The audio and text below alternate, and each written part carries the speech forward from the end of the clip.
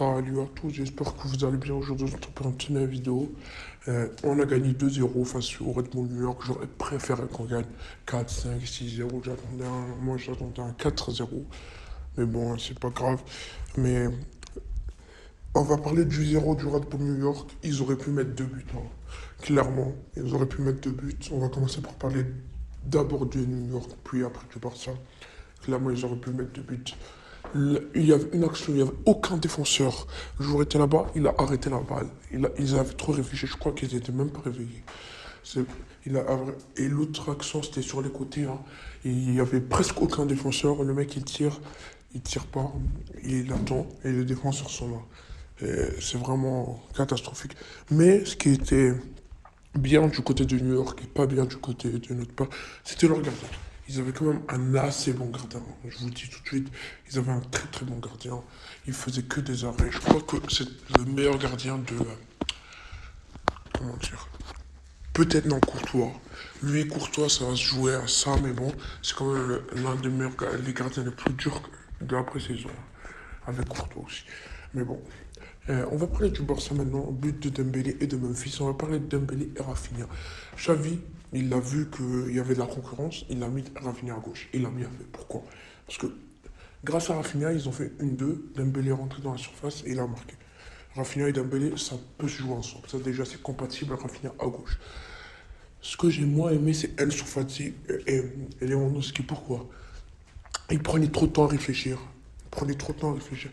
Ansu Fati, je ne sais pas combien d'occasions il a raté, mais il en a raté beaucoup, mais, mais énormément. Mais bon, et Lewandowski aussi, j'attendais son but, hein. Surtout l'action, hein. Le but était carrément vide. J'attendais clairement son but. Mais bon, euh, c'est c'est pas si grave. Moi, j'ai confiance ça. Ça va pas être un flop, je vous le dis tout de suite. Car l'année dernière, quand vous voyez Memphis Depay mettre des doublés, des triplés, est-ce que vous l'avez vu la saison? Non. Quand vous voyez des joueurs qui font rien en pré-saison, ça veut tout dire qu'ils vont tout faire pour la saison. Je crois que Lewandowski, il est frustré. Et il garde son énergie pour le début de saison. Il garde vraiment son énergie pour le début de saison. Et il va nous marquer 35, 40 buts. Là, on va parler de la défense sérieusement. La défense, certes, elle était un peu elle était pas mal, en vrai. Elle était pas si mal, mais bon, elle était aussi, il y avait aussi un côté, comment dire, il passait trop rapidement. Genre, heureusement que les joueurs de New York n'étaient pas réveillés, car si c'était les joueurs de la Juventus du Real, ils auraient marqué 3 buts. Araujo côté droit, c'est excellent, mais moi j'aimerais mieux qu'il reste défenseur central. Mais il faut vraiment qu'on signe Aspilicueta. Côté gauche, Baldé, j'ai aimé pour cette fois. Mais c'est quand même le Red Bull New York. En termes de défenseur central, Christensen et Eric Garcia, ça passe. On va passer à l'interview de Xavi, hein, du match. Globalement, cette tournée aux USA a été très positive. Lewandowski, c'est normal qu'il y ait cette frustration de ne pas avoir marqué. C'est déjà arrivé à Luis Suarez à ses débuts, il finira par marquer. Ça, Luis Suarez, on l'avait acheté pour 80 millions d'euros. Il marque aucun but en pré-saison. Vous voyez, il a fait une très bonne saison, hein, cette année-là. Pedri a joué quelques minutes. Histoire qu'Achavi veut prendre soin de lui au maximum quand il sort d'une longue blessure pour qu'il arrive en pleine forme au début de saison, hein. Certes, même moi j'aurais fait la même chose. On va sortir Pedri et Pablo Torre, hein. Xavi, j'espère que d'autres joueurs partiront. Je suis content pour Oscar Mingueza. Je lui souhaite le meilleur pour la suite. Oscar Mingueza, il est parti au Celta Vigo. C'est officiel par le club, hein.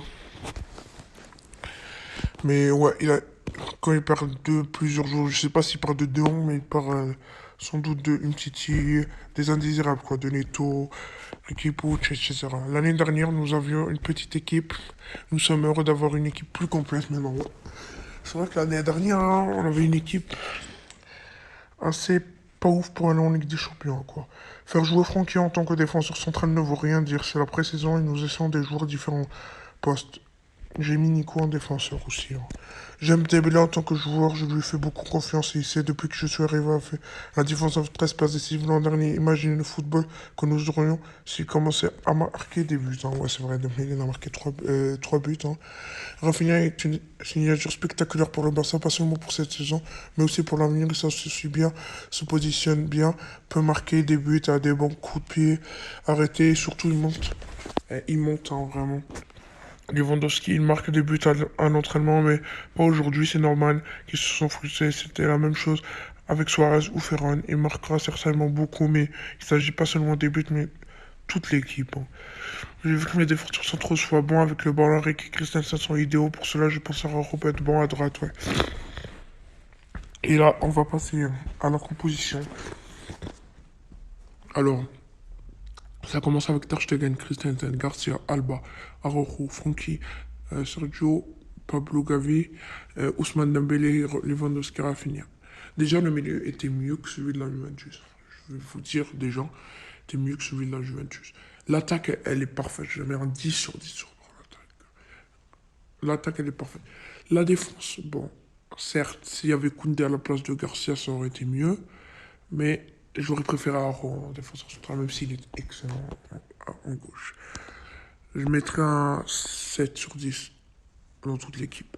Alors là, il y a les remplaçants de Araujo, Christensen, Gavi, De Jong, Dembélé qui sortent et Sergio Roberto, Piqué, Pedri, Kessié, Ansu Fati qui rentrent.